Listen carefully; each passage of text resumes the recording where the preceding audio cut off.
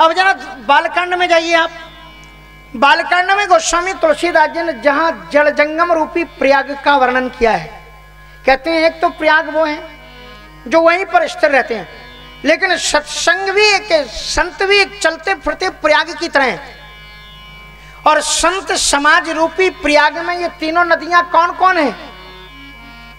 कहते हैं कि राम भगत सोई सुरसरी धारा। जो संतों में राम भक्ति की विचारधारा चलती है वही गंगा की धारा है। और सरसय ब्रह्म विचार प्रसारा, संत लोग परस्पर बैठ करके जब ब्रह्म चिंतन का प्रकाश फैलाते हैं वही सरस्वती नदी है। ज्ञान फैलता है तो वो सरस्वती नदी है। और विधि निषेधमय कलिमल हरणी, कर्म कथा रविनंदन वर्णी। और जब संत लोग कहते हैं क्या करना चाहिए क्या नहीं करना चाहिए, विवेचनात्मक दृष्टि जब देते हैं तो वही जमुना रूपी ये तीन नदियां उनके बीच में प्रवाहित होती हैं। तो एक नदी की उपमा गोस्वामी तुलसीदास जी ने जमुना की उपमा किससे दी?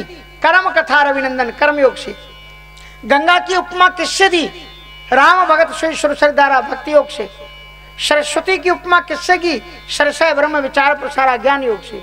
गंगा है भक्ति योग, सरस्वती है ज्ञान योग, और जमुना जी है क्या है? कर्मयोग। और इन्हीं तीनों योगों से उपमा कैकेयी, सुमित्रा और कौशल्या की विधि है। अब इन नदियों के भी आधार पर जरा मूल्यांकन करके तीनों माताओं का देखें तो तीनों माताओं में कौशल्या तो गई क्योंकि राम भक्त हैं, वो गंगा की तरह है।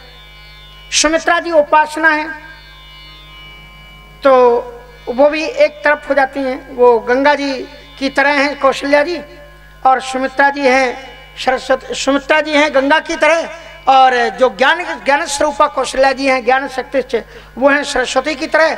और कैकेयी किसकी तरह हुई? जमुना की तरह। कैकेयी की उपमा किससे दी गई? जमुना से। अब जमुना को देखो आप, अगर कैकेयी जमुना है तो आपको जल के बारे में चिंतन करना पड़ेगा, जमुना के बारे में कि जमुना कैसी नदी है, उससे आपको पता लगेगा कि कैकेयी कैसी नारी है। तो जमुना जी के बारे में देखिए, जमुना जी प्रादुर्भूत कहां से होती हैं? जमुनोत्री से। कहां से निकलती हैं? जमुनोत्री से। और जब जमुनोत्री से चलती तो कहां तक रहती है? वो तीर्थराज प्रयाग तक आती है। और तीर्थराज प्रयाग में आकर के वो अपना गंगा जी में विलय कर देती है, समर्पण कर देती है। तीर्थराज प्रयाग से क्या क्या मिलता है? जब भरत जी से कहा कि भरत जो भी मांगना हो मांग लो, तो भरत जी ने कहा पहले आप ये बता दो आप देते क्या हो? तो बोले चारे पदार्थ भरा भंडारू। तीर्थराज प्रयाग में चारों पदार्थ भरे हुए, जो मांगना हो मांग लो। पदार्थ, चार पदार्थ कौन? बोले धर्म अर्थ काम मोक्ष, चारों पदार्थ हैं वहां पर। लेकिन आपको अगर चारों पदार्थों से अर्थ धर्म काम मोक्ष से भी आगे बढ़ना है तो फिर आपको गंगा में विलीन हो जाना पड़ेगा। गंगा फिर आपको समुद्र, यहां से तीर्थराज प्रयाग से भी आगे मोक्ष तक ले जाएगी, समुद्र तक ले जाएगी। समुद्र तक पहुंचने के लिए तुम्हें गंगा का आश्रय लेना पड़ेगा, चाहे आपका ज्ञान योग हो चाहे कर्म योग। ज्ञान योग मानी सरस्वती नदी और कर्म योग मानी जमुना नदी। ये दोनों नदियां अगर अंतिम अपना पड़ाव पाना चाहती हैं, ठहराव जीवन में चाहती हैं, तो उन्हें गंगा में मिल जाना पड़ेगा। और गंगा में जब ये मिल जाती हैं तो सरस्वती अपना नाम खो देती हैं, जमुना अपना नाम खो देती हैं। तो कर्म योग को भूल जाओ, ज्ञान योग को भूल जाओ, केवल समर्पण, और केवल समर्पण में ही डूब करके तुम परमात्मा तक पहुंच सकते हो। गंगा ही केवल आपको ले जा सकती है। तो यहां पर उपमा कैकेयी की जमुना से दी गई। जमुना जमुनोत्री से चली, कहां तक आई? कहां तक आती है जमुनोत्री से? तीर्थराज प्रयाग तक। और जमुनोत्री से लेकर के तीर्थराज प्रयाग में कहीं भी जमुना की निंदा होती है क्या? जहां जहां से जमुना जी निकलती हैं सभी जगह पर घाट वाले आरती करते हैं, पूजा करते हैं, अर्चना करते हैं, वंदना करते हैं। कभी आलोचना होती है क्या? द्वापर में एक ऐसा घाट आता है जिस घाट में कालिया नाग निवास करता है। उस समय ब्रजमंडल की सभी माताएं अपने बच्चों को सावधान करती हैं कि बेटा खेलने में कहीं तुम भूल मत जाना, काली देह पर मत जाना, क्योंकि काली नाग के विषाक्त जल के कारण वहां के तट पर लगे हुए वृक्षों के फल भी विषाक्त हो गए, उनको भी खाने से तुम्हारी मौत हो सकती है। कलयुग में जमुना में एक ऐसा घाट आता है जो घाट लोगों को मौत दे सकता है और उससे लोग बचते हैं, लेकिन क्या वो हरदम मौत देने वाला रहता है? नहीं। फिर उसमें वसुदेव नंदन श्री कृष्ण का आगमन होता है और वे एक छलांग लगाते हैं और छलांग लगाने के बाद में उस काली नाग को नथ करके ले आते हैं और काली नाग के ऊपर अपने चरण की स्थापना करके कह देते हैं तुम रमणीक द्वीप जाओ। आज उस काली देह पर आप जाते हो कि नहीं? आज काली देह की पूजा होती है कि नहीं? आज काली देह के जमुना के जल का आचमन करते हैं कि नहीं करते हैं? वो भी बंद नहीं हो जाता है। केवल जमुना का एक घाट कुछ काल के लिए तब तक निंदित और वर्जनीय स्पर्शनीय हो जाता है जब तक काली नाग निवास करता है। और ये काली नाग क्या है? अहंकार। कैकेयी का भी जितना चरित्र है जन्म से लेकर के उसकी अंतिम क्रिया तक सर्वत्र वंदनीय है, कहीं भी उसकी निंदा नहीं है। केवल एक घाट जहां पर उसमें अभिमान जगता है, काली नाग उतरता है। भरत जी श्री कृष्ण का अवतार लेकर के उसके जीवन की जमुना में कूद पड़ते हैं और उसके काली नाग को मत करके बाहर कर देते हैं। पुनः कैकेयी स्तुत हो जाती है, पुनः कैकेयी वंदनीय हो जाती है, सारी दुनिया कैकेयी के गीत गाती है। यही केवल एक कैकेयी के पक्ष में एक पक्ष आता है। और इसलिए दोष दे जननी जड़ते ही जन गुरु साधु सभा नहीं सही।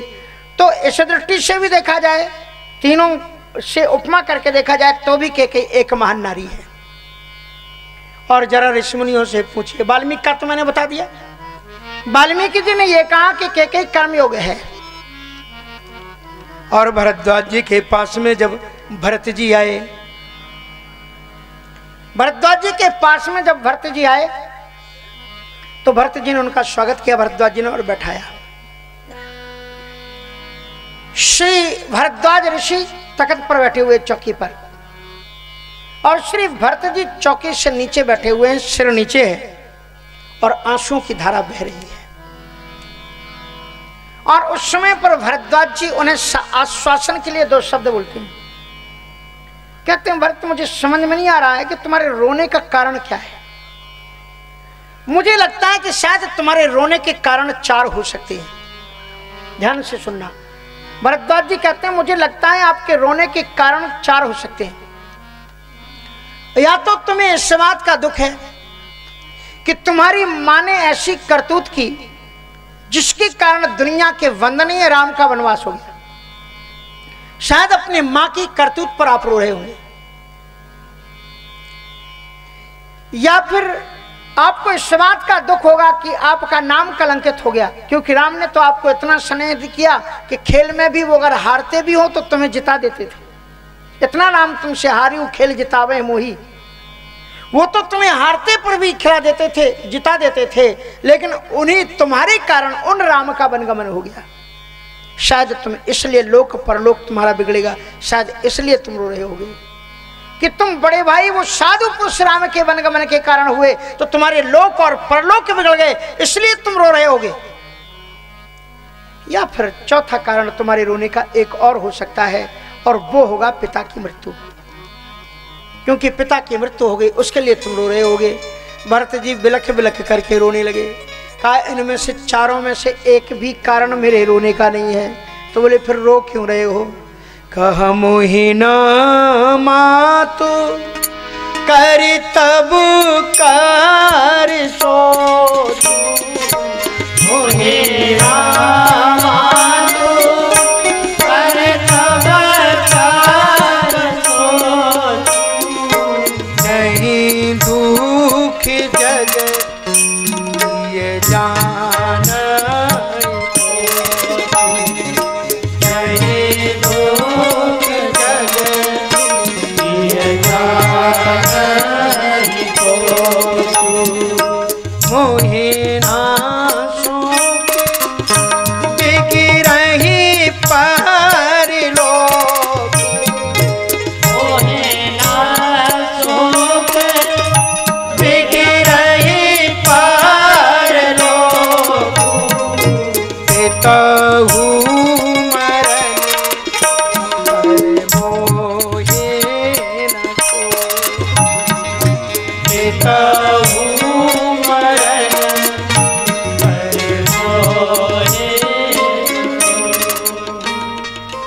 भरत जी ने रोते हुए कहा कि मुनिवर, इन चारों में से एक भी कारण मेरे रोने का नहीं है। मोहे न मात कर तब कर सोचो। मेरी माँ ने क्या कर्म किया, उसके परिणाम की भोगनी वो खुद बनेगी, मुझे इसकी कोई चिंता नहीं है। मोहि न मात कर्तव्य कर सोचू, नहीं दुख जग जिए जाने पोचू। अगर संसार के लोग मुझे पापी बने समझे, मेरे नाम पर थूके तो थूके, क्योंकि मैं हूं ही पापी। कि राम लखन से बन पग पनही, कर मुनि बेश फरे बन बनही, यही दुख दाय दाय। मुझसे जैसा पापी और होगा कौन, जिसके कारण राम जी बनपत पर। तो मुझे इस बात का भी मुझे कोई नहीं दुख जग जिए जाने है पोचू। लोग पापी समझते हैं तो मुझे 100 बार समझे, मुझे इसका भी दुख नहीं। और ना ही डरो बिग रहे परलोकू,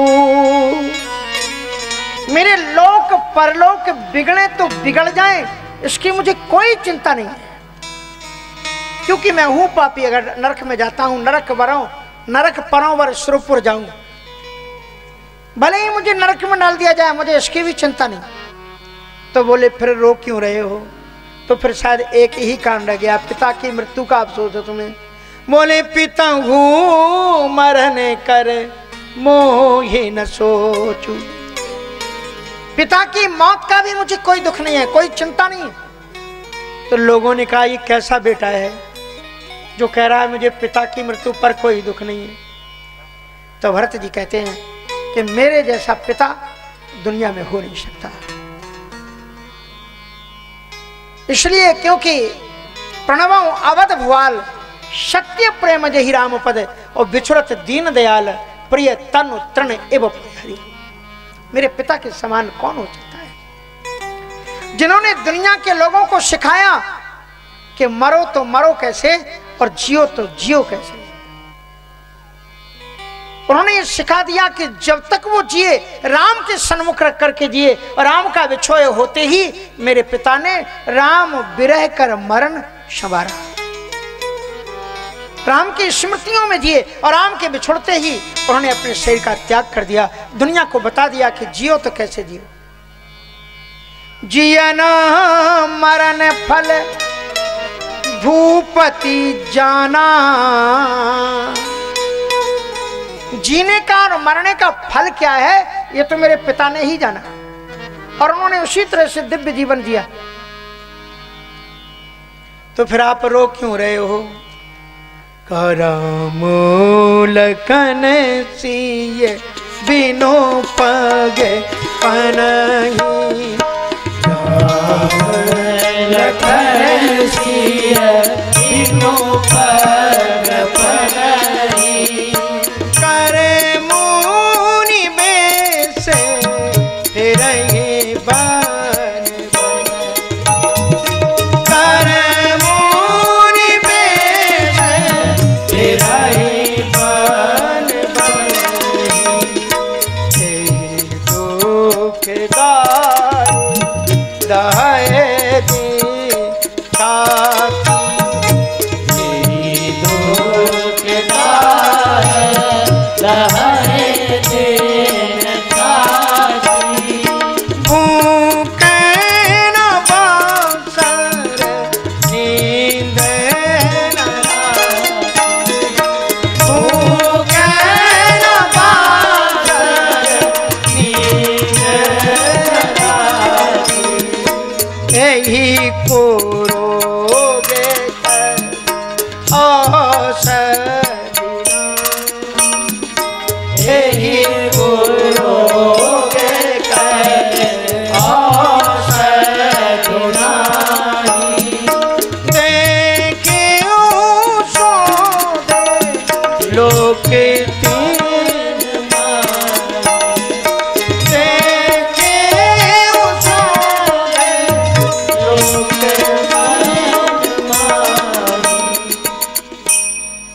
मुझे केवल दुख इस बात का है कि जिन भैया राम ने मेरे कदम कदम पर थोड़े भी होठ सूखे गुरुकुल में, तो वहां माँ नहीं थी, वहां पिता नहीं थे। मेरे भैया पानी लेकर के आते थे, मुझे पानी पिलाते थे, कि भरत तुझे प्यास लग गई। मैं सोचता था कि भैया को पता कैसे लग जाता है, वो गुरुकुल में थे, सब एक ही उम्र के थे, पता कैसे लग जाता है कि मुझे प्यास लग गई है। जिन्होंने मेरे पानी का याद रखा, और अगर कभी किसी वृक्ष में जल देने के लिए जाता तो मुझे छाया दिखाई पड़ती कि छाया कहां से आ रही है, और जब मैं पलट करके देखता था तो बड़े भैया ने अपने पीताम्बर को ऊपर ऐसे कर रखा है कि मेरा भरत मुझसे भी अधिक सुख मिले। इसलिए तो राम जी जब वन के लिए गए तो पृथ्वी से, कंटकों से पृथ्वी को ऑर्डर दे गए कि जितने भी तुम्हारे कांटे हैं, ये जो कंकड़ हैं, इनको तुम छुपा लेना। जब भरत आए तो तुम इनको छुपा लेना। पृथ्वी ने कहा क्यों? कहा कि अगर वो कंटक उनको लग गए, अगर ये कांटे उन्होंने देख लिए तो वो बहुत दुखी होंगे, क्योंकि उनको दुख होगा कि मेरे राम ने ये कष्ट उठाया है। इसलिए कुछ कंटक काकरी कुराई, कटुक कठोर कुवस्तु दुराई, मृदु मंजुल मही मारग कीने, सरल सपरव परय नहीं चीने, तस्मग भयउ न राम कहूं, जसभा भरत ही जा। जैसा राम के लिए भी सुखद मार्ग नहीं हुआ था, वैसा भरत की यात्रा पर हुआ है। किए जाए छाया जलद, सुखद वह वरवा। भरत जी जिधर जिधर जाते हैं, छाता नहीं उनके ऊपर में, बादल ऊपर ऊपर से राम के आदेश से चल रहे हैं, ताकि भरत को कहीं धूप न लग जाए। भैया इतना प्रेम करता हूं और मैं उसके वन का कारण बनूं।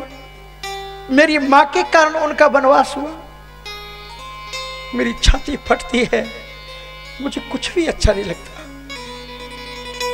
उस समय भरद्वाज जी क्या कहते हैं कैकेयी के बारे में कि तात कैकेयी दो होश नहीं, गई गिरा मति दूत।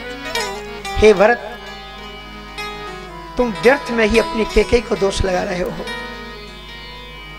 तुम्हारी कैकेयी का इसमें रंच मात्र भी दोष नहीं है। हमारे मध्य प्रदेश के ग्रामीण माताएं एक गीत गुनगुनाती हैं, पूरा तो याद नहीं, एक लाइन याद है मुझे। बन जाने हते, बने जाने हते, कैकेयी को दोष लगा है मोरे। बन जाने हते, बन जाने हते, कैकेयी को दोष लगा है मोरे। बन जाने हते, बन जाने हते, कैकेयी को दोष लगा है मोरे। बन जाने हते, बन जाने हते, कैकेयी को दोष लगा है मोरे। अवध त्यागे प्रभु वन में आए, अवध त्यागे प्रभु वन में आए, अवध त्यागे प्रभु वन में आए, अवध त्यागे प्रभु वन में आए। केवट सोनिज चरण दुलाए, केवट सोनिज चरण दुलाए। कोल भील के फल मन भाए, कोल भील के फल मन भाए, कोल भील के फल मन भाए, कोल भील के फल मन भाए। भीलनी के झूठे बेर, सबरी के झूठे बेर, खाने हते, खाने हते, कैकेयी को दोष लगाए मोरे। बन जाने हते, बन जाने हते, कैकेयी को दोष लगाए मोरे। बन जाने हते, बन जाने हते, कैकेयी को दोष लगाए मोरे। बन जाने हते,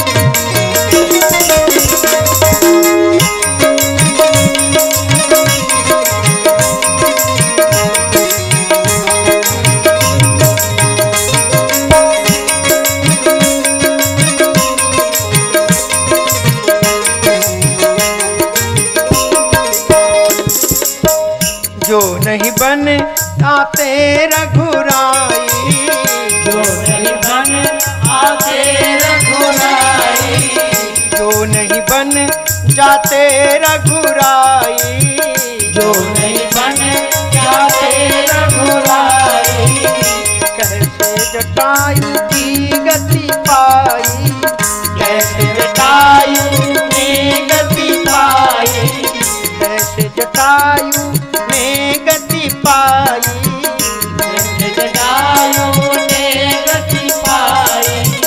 रावण को परम धाम जाने हते, जाने हते,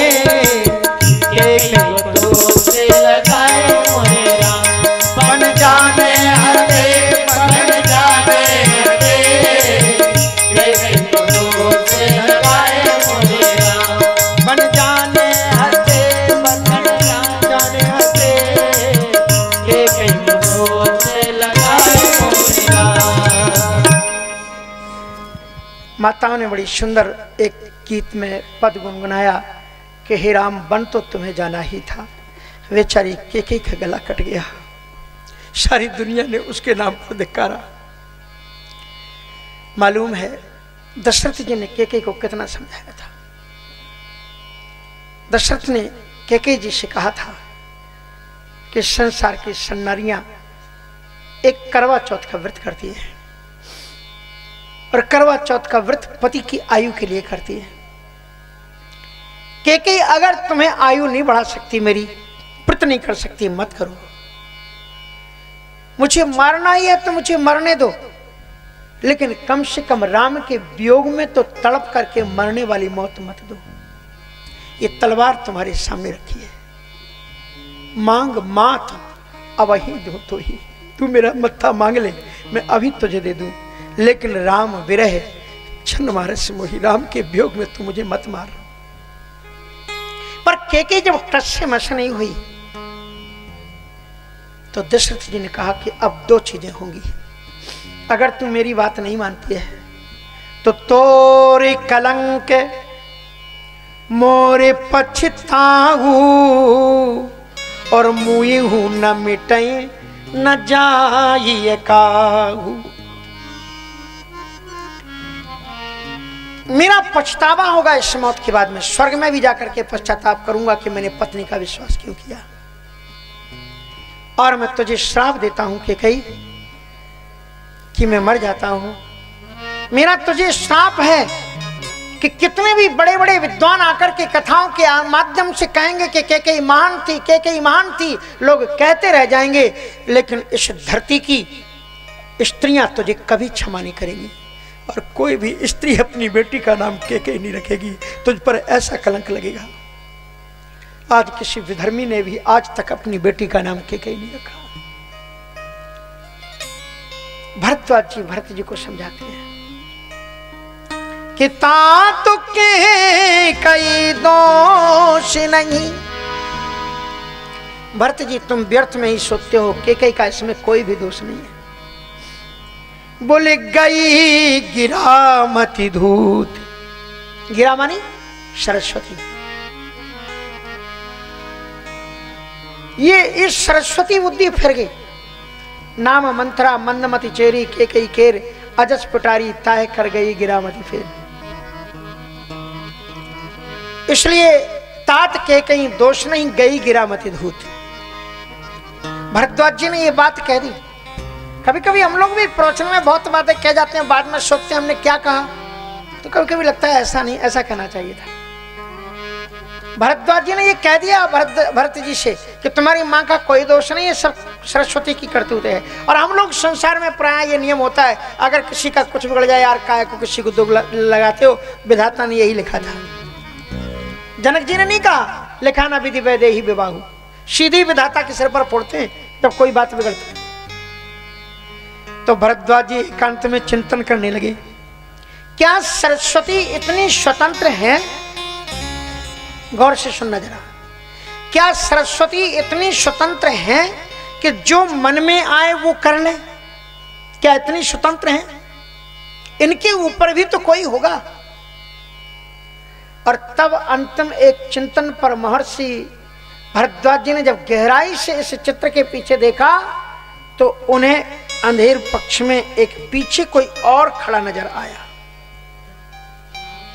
उन्होंने कहा ये कौन है जो सरस्वती के भी पीछे खड़ा हुआ है? पीछे का मतलब जैसे रावण ने हनुमान जी से कहा ना कई के वल घाल से मन खींचा।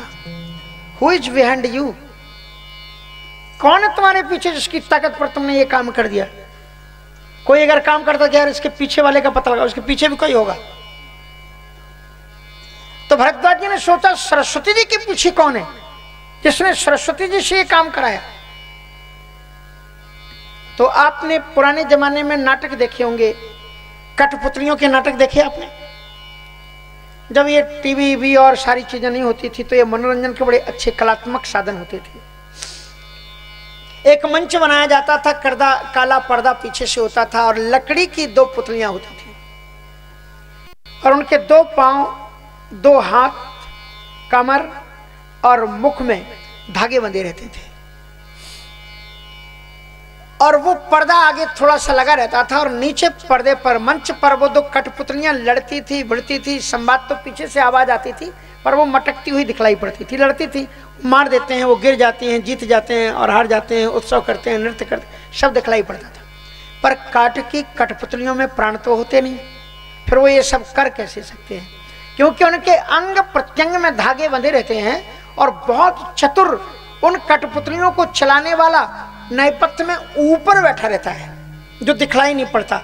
और काले रंग के धागे उन कठपुतलियों के, इधर की कठपुतलियों में 2 पांव, 2 हाथ और ये सिर बंधा हुआ है उसके में, और इधर की भी कठपुतली की। और इतना कलाकार होता है कि इधर को इस संबंध में कैसे उसने बात की तो मुख हिला दिया, कमर मचका दी, पांव फटकार दिया, ऐसे ऐसे इधर से कर रहा है उधर से, पर लोगों को दिखलाई नहीं पड़ता।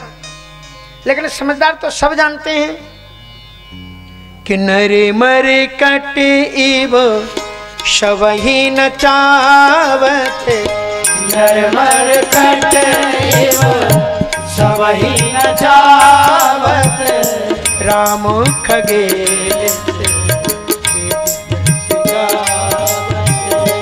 राम खगेश उमा दारू जो शित की नाई, उमा दारू जो शित की नाई, शवही न चावत राम गोसाई, सबही न चावत राम गोसाई। भगवान शंकर जी कहते हैं, हे पार्वती, उमा दारू जोशित की नाई। दारू मानी क्या? दारू मानी दारू मत समझ लेना, संस्कृत में दारू मानी लकड़ी और जोशित मानी स्त्री। जैसे लकड़ी की स्त्रियों को उमा दारू जोशित की नाई, ऊपर मटकाता रहता है, वो दिखलाई नहीं पड़ता कि वो उसके धागे किसके हाथ में, कठपुतलियां सामने दिखलाई पड़ती हैं। उसी तरह से संसार के लोगों का धागा तो ईश्वर के नाम हाथ पर है और वो ही सबको नचा रहा है। सरस्वती जी भी उसके ही इशारे पर नाचती है। इसलिए तब भरद्वाज जी को पता लगा कि भरत जी क्षमा करना, कल मैंने सरस्वती जी को भी गलत बोल दिया। सरस्वती के पीछे भी कोई है। अच्छा, उसका कहीं पर्दा उठा? सरस्वती के पीछे कोई था, कहीं पर्दा उठा कि नहीं? रामायण पढ़ते हो ना, एक जगह पर्दा उठा। जब भरत जी राम को मनाने के लिए चले, कोई भी नहीं रोक पाया।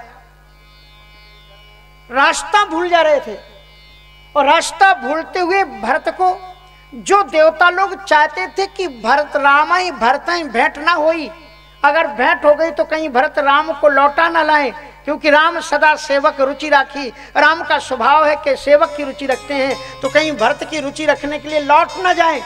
इसलिए राम और भरत की मिलन होने ही नहीं दो। नहीं तो हमने इतनी प्रार्थना की, जय जय सुरनायक जन सुखदायक, तब ये भय प्रकट कृपाला दीन दयाला। और अगर कहीं ये भरत लौटा लेकर के ले गए तो फिर वो भरत रावण कैसे मरेगा? हम जिंदगी भर ऐसे ही भटकते रह जाएंगे, कभी सत्ता सिंहासन मिलेगा ही नहीं। इसलिए एक काम करो, हम सब लोग मिलकर के कोई भी उपाय करें, कोई भी कुचक्र करना पड़े, राम और भरत की भेंट मत होने दो। देवताओं ने मीटिंग की और वो जब मीटिंग की तो उसमें सरस्वती जी को भी बुलाया। और सरस्वती जी जब आई और सरस्वती जी ने पूछा कि किस लिए हमें आपने आमंत्रित किया, तो क्या कहा इंद्र ने कि हम सारे देवता लोग आपत्ति में हैं और आप हमारी देवी हैं, इसलिए आप हम सब देवताओं की एक सहायता कर दो। बोले क्या सहायता करें? कहा आप भरत की बुद्धि फेर दो। भरत राम से मिलने के लिए जाए ही नहीं, रास्ते में डिसीजन बदल करके लौट जाए। इसलिए कि इनका भेंट ना हो, असमति फेरू, ऐसी मति फेर दो कि भरत जी वहां तक जाए नहीं। सरस्वती जी की आंखें लाल हो गईं और इंद्र को फटकारते हुए देखा। बोले ऊंच निवास, नीच करतूती, और देख न सका पराई विभूति। लोचन सहज न सूझ सुमेरु, तुम्हारे आंख तो 1000 हैं, लेकिन तुम्हारे 1000 आंखों के सामने तुम्हें सुमेरु पर्वत ने दिखाई नहीं पड़ता। भरत सिंधु मति सीप समाना, स्वाति शारदा कहे सुजाना। भरत की जो मति है वो समुद्र की तरह है, और सरस्वती की बुद्धि एक सीप की तरह। सीप जानते हो ना, नदी में जो सीपें होती हैं। भरत सिंधु मति सीप समाना, स्वाति शारदा कहे सुजाना। और कहते क्या सागर सीप की जाहि उलीचे। क्या सीपों से, सीप जानते हो ना, वो छोटी छोटी सी पड़ी रहती हैं। सागर सीप की जाए उलीचे, क्या उन सीपों से सागर को उलीच करके खाली किया जा सकता है? मुझसे कहते हो कि मैं समुद्र भरत की मति को मैं फेर दूं। भरत सिंधु मति सीप समाना, स्वाति शारदा काहे सुजाना। तो बोले लेकिन आप जब भरत के मां की बुद्धि को फेर सकती हो, तो भरत की बुद्धि को क्यों नहीं फेर सकती हो? तो भरत जी ने पुराना राज, सरस्वती जी ने पुराना पर्दा खोल दिया। बोले उस समय मैंने जो कुछ किया था, क्यों किया था? बोले तबे किछु कीने राम रूख जाने, अब कर करे कोई किछु कीने राम रूख जाने, अब कुछ करे होए हानि। किछु कीने राम रूख जाने, किछु कीने राम रूख जाने, अब कुचाले करे होए हानि। अब कुचाले करे होए हानि। समझ में आया? सरस्वती जी ने क्या कहा कि मैंने केके की मति कैसे फेरी थी? बोले तावे के छुके ने, what ever I did that time, मैंने जो कुछ भी उस समय पर किया। बोले राम रुख जानी। रुख मानी क्या होता है? इच्छा। तुम्हारा रुख क्या है? इच्छा। बोले पहले मैंने जो कुछ भी किया था, मैंने विधाता के कहने से नहीं किया था। राम रुख जानी, राम की अपनी इच्छा थी, इसलिए मैंने उस समय पर वो मति फेर दी उनकी। और भरत राम के प्राण प्रिय है। और भगवान को दो चीजें कभी अच्छी नहीं लगती। एक बात आप नोट कर लेना, कभी कभी लोग कहते हैं भगवान हमसे नाराज हो गए। आप नोट कर लो, मैं व्यास गद्दी से बोल रहा हूं कि भगवान कभी भी किसी पर भी नाराज होते ही नहीं है, कभी नहीं होते। भगवान नाराज हो तो धरती फट जाए, आकाश फट जाए, धरती धस जाए, कहते भगवान नाराज हो गए। भगवान कभी किसी पर नाराज नहीं होते, लेकिन होते हैं, दो लोगों पर नाराज होते हैं। किन किन पर? बोले जो किसी भी प्रकार का ईगो करे, अभिमान करे। अभिमान अगर किसी भी प्रकार का करोगे, रूप का, शकल का, संपत्ति का, घर का, परिवार का, नाते फलाने ढिकाने, किसी भी प्रकार का, बोले गुमान गोपालें भावत नहीं। फिर वो चाहे इंद्र हो तो गिरिराज उठा करके उसके अभिमान को चकनाचूर करते हैं।